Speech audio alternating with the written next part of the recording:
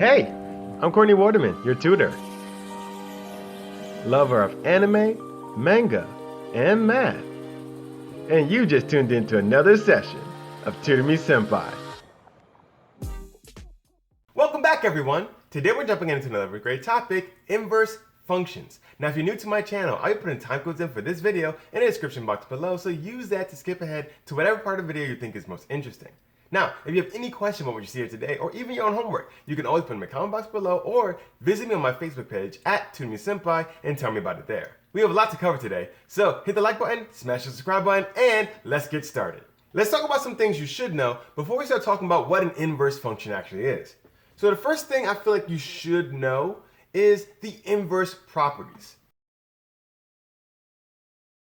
And that's going to be your additive inverse properties and your multiplicative inverse properties from way back when.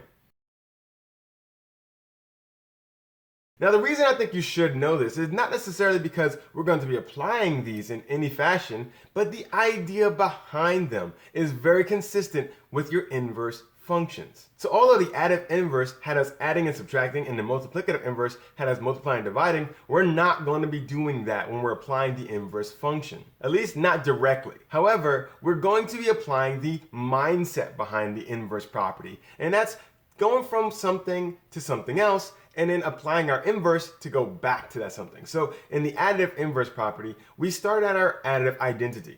We did something to get to some number, whatever be positive or negative, and then we applied our additive inverse to get back to zero, our additive identity. Same thing for multiplicative inverse. We start at our multiplicative identity, applied multiplication or division to get to some number, and then we did the multiplicative inverse to get back to our multiplicative identity. So the idea of going back after applying something is what we're going to be applying to our inverse functions. So understanding how inverse property works shows you that inverse functions are pretty consistent with what we used to do. We just apply it in a different fashion. The second thing I think you should know before we get started is your domain and ranges. Now, this is going to be important for any function. An inverse function is not going to be any different because of that. However, this is especially important for inverse functions just because of their relationship with their original function. And what the inverse function means, you should really have an idea of what your domain and ranges are. If you don't really understand or grasp the concept of domain and range, understanding what an inverse function does is probably going to be a little bit foreign to you. Not to say you can't still do it, but you'll probably be mindlessly doing it, following some steps without truly understanding what it's supposed to be doing. So understanding domain and range is something I think you should know before we get started. The last thing I think you should know before we get started is going to be your composite functions. You should know what a composite function is, how to apply it, and what it does. And the reason being is, remember for inverse properties, I said we're not going to be applying it the same way, so we're not going to be adding functions, subtracting functions, multiplying functions, or dividing functions. We're actually going to be applying the idea of a composite function. Our inverse is really a composite function when we apply it to our original function. So understanding how to use a composite function, what is a composite function, is something I think you should know before we get started. Now that we've covered some things I think you should know about your inverse function, let's jump into our inverse function and figure out what it is. However, before moving on, if any of those things that we talked about were confusing, don't worry, I have a video for each and every one of those topics, and I put them all right here. So check that out at any time if you need a refresher or just figure it out what it means. Once you become comfortable with those topics, what I'm about to show you right now is going to make a lot more sense. So what is an inverse function? An inverse function is going to be a function that undoes another function. So what do I mean by undoes another function? So let's say you have x.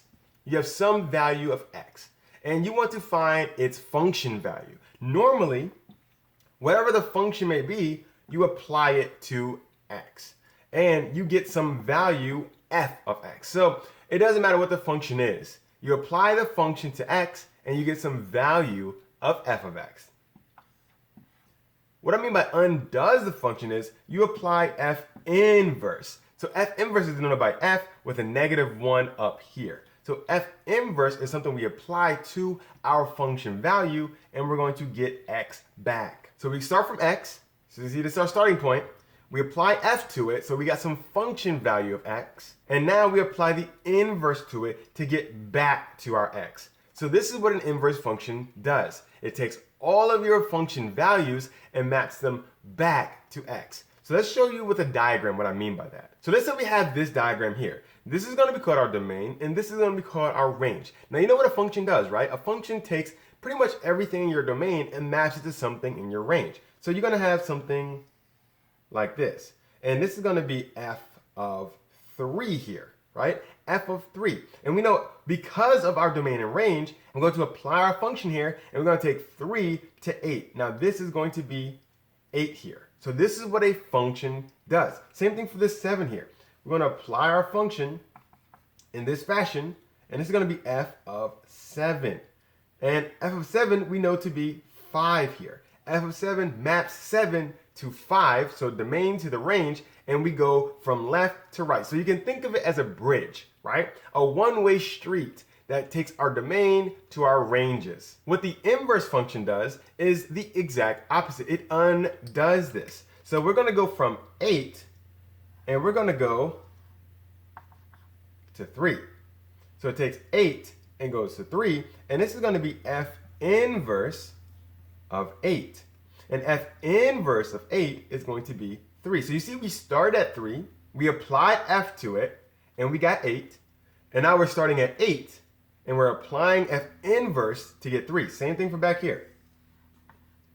We're going to start at 5, so it's going to be f inverse of 5, and that's going to give us our 7. Start at 5, and we're going to go back to 7. So you see that f inverse really does undo anything and everything that the function f did. F mapped everything in the domain to your range, so f inverse is going to map everything in your range back to your domain. So if you ever have to find f inverse, you should be able to check your work to make sure you really have the inverse function you're looking for.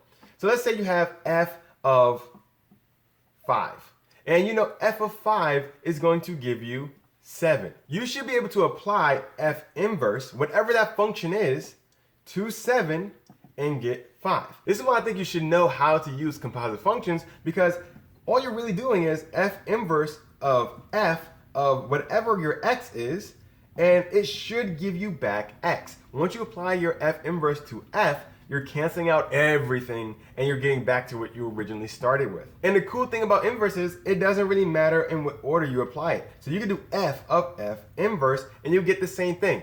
F and f inverses are inverse of each other, so they're always going to give you back whatever you started with. Now that we have the idea of what inverse functions do and going back from your range to your domain, let's figure out how to find your inverse function when you have an original function. Now, the steps I'm going to show you are going to be a little bit different from what you would normally be shown. And I'm going to show you what you're going to be shown later, but I don't necessarily like how we normally do it, and I'm going to show you why as well. So how do you find your inverse functions? So let's say you have a function f of x, and you have something like x plus 5. Now this is a very simple function. Not all the functions are going to be this simple. You know that. However, we're going to start with a simple function so you can understand these steps that I want you to do. Now f of x equals x plus 5. Now usually you can go between f of x and y. So I'm going to do exactly that. So I'm going to use y equals x plus 5 because that's going to be helpful in helping me find what our inverse function is. So remember what the inverse function does. It takes everything from your range and maps it back to the domain. Now if your function does everything from your domain to your range, we want to go backwards, right? Backwards. So ideally, you should have something that looks like this. You're going to start from everything in your range and it should go back to your domain. So I'm not saying that this is going to be what your inverse function is exactly, but you see the idea. You start for something in y and go to x. So technically, we want to have our function in terms of y here, right? Our inverse should be in terms of y so we can get back what the domain is. So we simply have to solve for x here, so get the function in terms of y, and that's what's going to be our inverse function. So we're going to solve for x. So what do we got to do in order to solve for x here? Well, we got to subtract this 5 here. So you're going to have y minus 5 equals x. And this is our inverse function.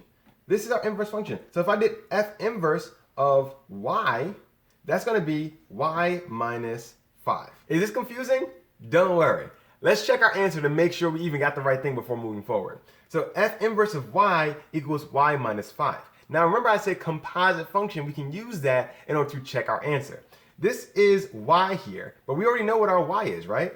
We know our y is going to be y equals x plus 5, right? So we know y is x plus 5. So all we gotta do is plug that in and see, do we get x back? If we were to plug that in, y is x plus 5, so I'm gonna put that in parentheses, x plus 5 minus 5, right?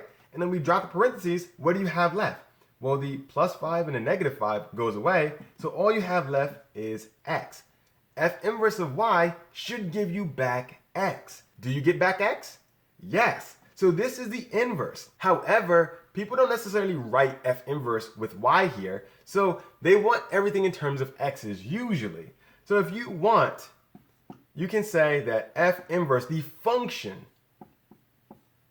is going to be x minus 5. So if you're trying to get things in terms of x's, you can do that. Now, this is why I don't necessarily like the next way. It's pretty much the same thing. However, you're switching things, not understanding why you're switching them. Here, you're doing all the math first, and then afterwards, you can kind of switch to make it make sense as far as your notation goes. But the next way I'm going to show you is switching before anything gets started, so you might not understand why you're even switching. The only reason why I'm switching back to x's here and not keeping everything in terms of y is because we usually use x when you're talking about your functions. Although you can use other variables, x is the most popular one, so writing this in function form, you kind of get used to writing x. So you can write it in this form. However, if you're going to, anywhere there's a y, you have to replace it with an x. And this can be any letter. It doesn't matter what the letter is. You can have b for all you care. It's the same thing. It doesn't matter what the variable is, the function is the same. And that's the key. I want you to understand that the function is what we care about. So let's look at the other method. The other method is going to be pretty much the exact same thing, but we're going to do our switch a little bit earlier. So we're going to start with the same function. And we're going to write it again as y equals x plus 5. Now, usually they'll tell you to, at this point in time, switch your x and your y, which, like I said, it works. It's not going to be a problem, but you don't necessarily understand why you're switching. So you're just kind of blindly switching. And this can get kind of confusing, especially when you have, let's say, a word problem, and you've already assigned what your x and y values are. If you're trying to do this inverse here, and you have a word problem, now you've completely messed up what they are supposed to mean, right? However, for working this out, it is perfect. So we swap our x and y's, and now we want to solve for y's again, right? So we got to get y by itself. So in this case, we want to get y by itself by subtracting 5 from both sides. X minus 5 gives us y, so y is going to be x minus 5. So you see, it's the same thing. The steps are pretty much identical, except when we're switching, it's going to be a little bit later. And reason why is because of how we understand our function to be working. This right here doesn't really make sense to switch it early, although it works for the math because you don't know what this is. This right here is supposed to be your f inverse, but up here you said that y was your f. So what is it? Is y f inverse or is y f? That's why I don't necessarily like writing it this way. However, if you do everything in terms of y first and then change your variable later, you can change a variable to anything you want and it'll make sense. It's a variable. I just don't want you to get confused midway through your work and not understand what you're actually doing. So the steps are pretty much the same. The only difference is when you're going to be applying that switch. So we talked about a few things now. We've covered what you should know before you jump in. We've covered what an inverse function is, and we've even covered how to find one. But how do you know when you have one? That's going to be what the next thing we cover today. How do you know if you even have an inverse? So let's say we have the function f of x equals x squared. If you're following the steps, whether you're switching them earlier or later, you want to eventually get this function in terms of y. So you have to write your y equals x squared here, and let's just say, just for math's sake, you swap them, right? So you have now an x equals y squared, right? And you want to now get y by itself. So you're going to square root both sides, right? And now you have a plus or minus, right? Now, you're like, what is this? Is this going to be my inverse? Is this going to be my f inverse? Well, this is going to be a problem here. And the reason why this is a problem is because it violates the rule of what a function is. If we go all the way back to what a function is, you understand that there's one very crucial rule that prevents a lot of things from being functions. If I was to graph this, you should know that this is nowhere near a function. And the reason being is it fails the vertical line test. Your inverse functions, just like regular function, should only have one value in your domain this time for every value in your range. So if you had a value in your range, it should only ever map to one value in your domain. Well, how do you make sure that everything in your range only has one value mapped to your domain? Well, your original function needs to be what we call one-to-one. Now, what does one-to-one mean? Well, that means that your original function had only one value for every value in the domain. Every value had a separate value. That's what's important. There's only one value and every value was different. So if you had an x, you had a different y. So x1 was different from x2 and y1 was different from y2. It doesn't matter what your x's and y's are, but they're different. Every value of x had a completely different value of y. Nothing was repeated. That is the one way you ensure you have an inverse, because when you're going back from y's to x's, you have to make sure that every value here is only mapped to one value here and not doubling up. So let's see what this means. So let's say we have this domain here, and we have this function that we were just talking about, y equals x squared. So we want to take everything from our domain and map it to what it's supposed to be in the range, right? So we're going to apply our function. So -2, when you apply this x squared to it, is going to be mapped to something in the range, and we know that to be 4, right? When you square -2, you get a positive 4. Now we want to apply x squared to our 2. When we do that, we realize we get this same 4. Now this is not a problem for this function. There's only one value in your range for every value in your domain. It doesn't matter what it is, but it's only one. It's not like 2 is going to 2 different places. It's not like -2 is going to 2 different places. And this is going to be characteristic of every value in your range for this function. However, when you go back, when you start using inverses, you see we have an issue here. If we were trying to go back from our range to our domain and we started from 4, where do we go?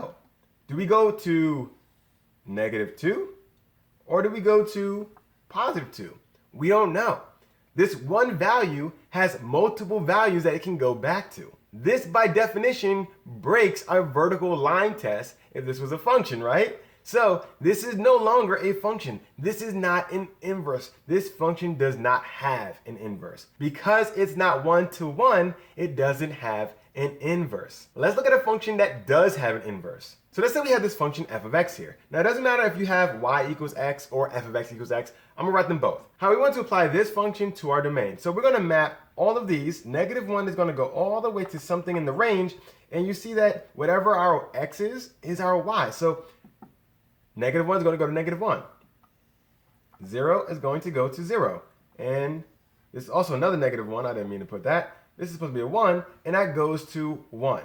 So you see, everything in our domain gets mapped to one thing, something different, in our range. So we're still a function, you're still being mapped to one thing, but everything is different. This is what we call one-to-one.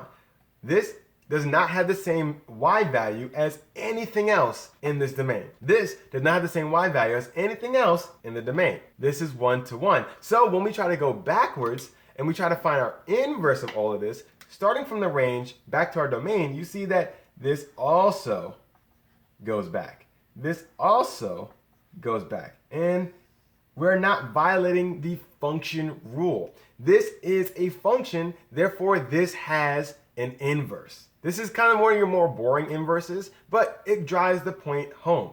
You need to have your original function be something we call one-to-one.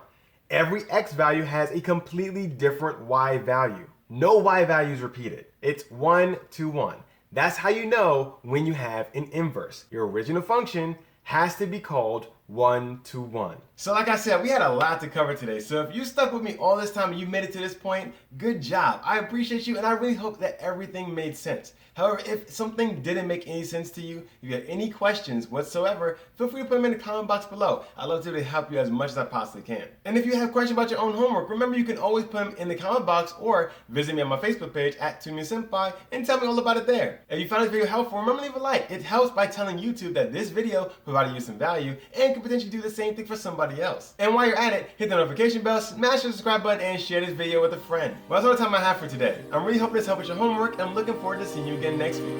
I'm Courtney, and this is another session of Tutor Me Sempai.